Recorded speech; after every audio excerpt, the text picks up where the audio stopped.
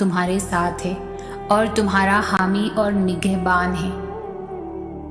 تمہاری مخلص دل سے نکلی ہوئی دعائیں تو کب کی قبول ہو چکی ہیں، بس ان کا سامنا کرنا باقی ہے۔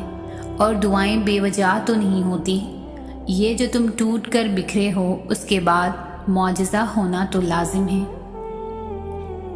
جو دعائیں تمہیں اتنی پیاری ہوتی ہیں نا، انہیں مانگنے کا انداز بھی بہت پیارا ہونا چاہیے، اتنا پیارا کہ اللہ پہلی بار میں ہی ان پر کن فرما دے۔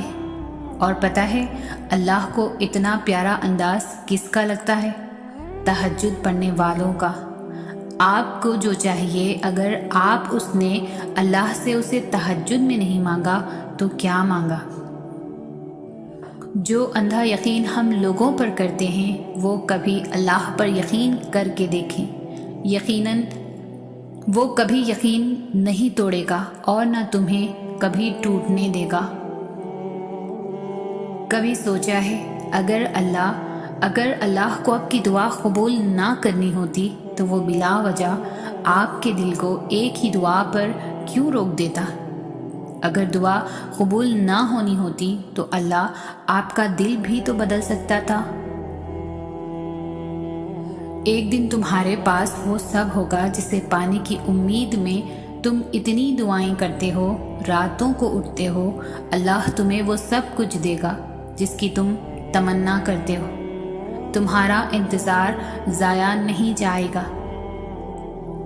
تم دعا تک خود نہیں پہنچتے، تمہیں دعا تک لایا جاتا ہے۔ تمہارے دل میں کسی چیز کے لیے دعا کا خیال آنا اور تمہارے ہاتھوں کا دعا میں اٹھنا ہی اس بات کی نشانی ہے کہ اللہ تمہیں نوازنا چاہتا ہے۔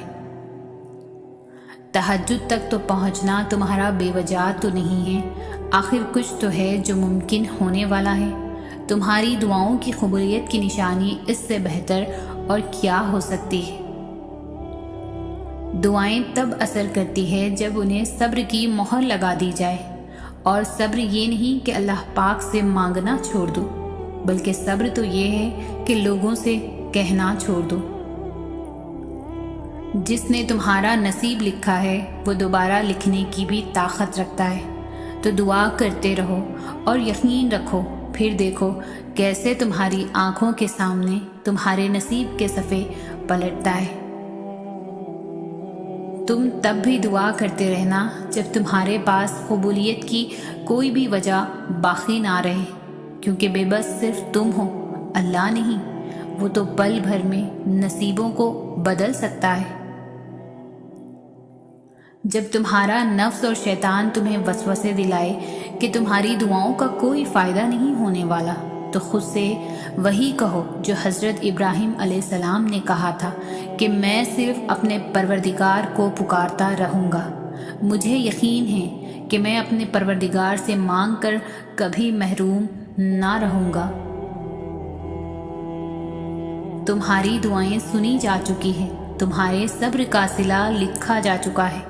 اب تمہیں تمہارے یقین کے معجزے دکھائے جائیں گے تاکہ تم جان سکو کہ مخلص دل اختتام میں ہمیشہ جیت جاتا ہے، اور تقدیریں اللہ کے ایک اشارے پر بدل جایا کرتی ہے۔